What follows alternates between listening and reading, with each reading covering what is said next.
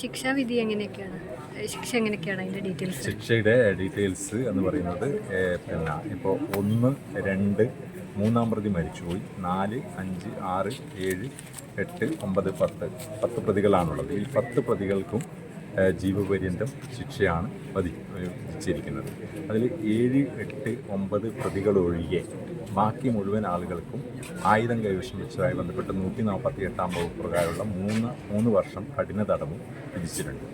മറ്റ് പ്രതികളെല്ലാം തന്നെ 307-ാം വകുപ്പ് പ്രകാരവും എല്ലാ പ്രതികളെയും 307-ാം വകുപ്പ് പ്രകാരം 10 വർഷം കഠിന തടവിന്, അതുപോലെ തന്നെ 341-ാം വകുപ്പ് പ്രകാരം 1 മാസം കഠിന തടവ്, അതുപോലെ 143 വകുപ്പ് പ്രകാരം 1 വർഷം കഠിന തടവ്, 147 വകുപ്പ് പ്രകാരം 2 വർഷം കഠിന തടവ്, അതുപോലെ 324 വകുപ്പ് പ്രകാരം 3 വർഷം കഠിന തടവും നൽകിക്കൊണ്ടാണ് എല്ലാ പ്രതികളും.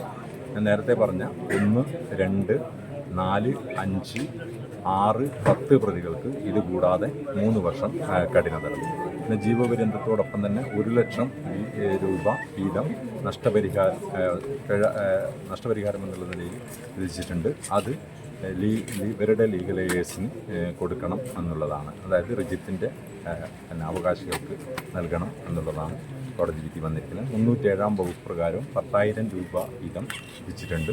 അതിൽ പരിക്കേറ്റിരിക്കുന്ന വിമലിന് 40,000 രൂപയും 2, 3 സാക്ഷികൾക്ക് 25,000 രൂപയും ഈടാക്കുകയാണെങ്കിൽ നൽകണം എന്ന് വിധിയായിട്ടുണ്ട്.